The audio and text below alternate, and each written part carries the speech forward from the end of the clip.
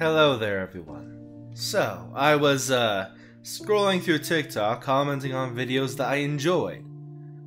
And then someone said I was wrong about something that was quite factually not wrong. I won't get too much into it, but after a bit of poking and prodding, it turns out he was just upset because he looked at my profile and saw that I was a VTuber, and that's why he was pulling my strings. So, that gave me an idea for a video. The stigma of VTubers and why people don't like them sometimes, and why some people do and some people are just toxic about it. Now, all of these comments I'm going to say in today's video are just thoughts of my own making and my observations in the field. Do not take these as fact, and go and make your own observations. This is just what I have found to be the case in most often, but take it with a grain of salt. Anyway, let's get started. Starting with the first point, appearance. People seem to assume that because we have a virtual avatar, they just seem to assume that we are ugly in real life. Now granted, I personally am ugly in real life, but most people I've seen that have done face reveals and they have a VTuber avatar, they look stunning. Personally, I would look nice, except I have scars on my face, so you know.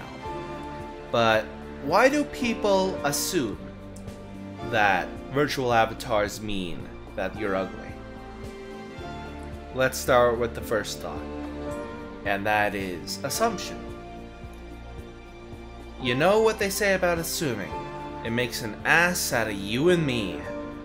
Now, that statement couldn't be any more true in this sense, because everyone assumes that if you have a virtual avatar, you've got to be covering up your ugly face in real life, and that just isn't always the case. Now on to our next point. Clout. People assume that some people become VTubers for the clout. Now, I won't say that this isn't true for everyone. Hell, even I started with that kind of thought process. But after a while and lots of grinding, it hit me. Just because you have a virtual avatar doesn't mean you will immediately make it big. As with everything else in life, it comes with work. There is no easy ticket. It's either you get lucky or you have to work really hard at it. You know? And working hard at it I am. And if you, viewer, are assuming that people are doing it for the clout, think for a second. The VTuber market is very overly saturated right now.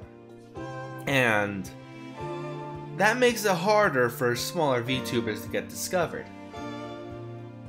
So that also makes it so the reason of joining being clout becomes increasingly difficult to achieve. It becomes less and less feasible for it to be a reason to start VTubing.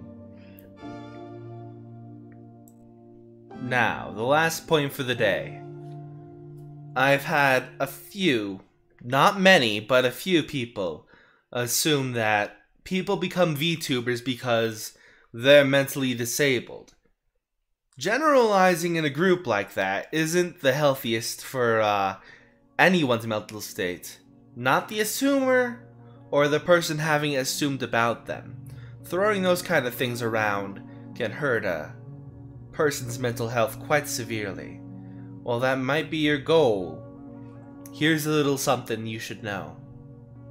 It is absolutely free to just ignore content you don't like, or just be kind to them. It's free. Kindness is free. Now, I personally have mental disabilities and a few other VTubers have it, but it's a case-by-case basis, and We're all our own people. Virtual avatar be damned, and it'd be nice if you treated us as such. Anyway, those are my thoughts that I have gathered so far. If you enjoyed, please like and subscribe, and if it gets enough traction, I might make a part 2.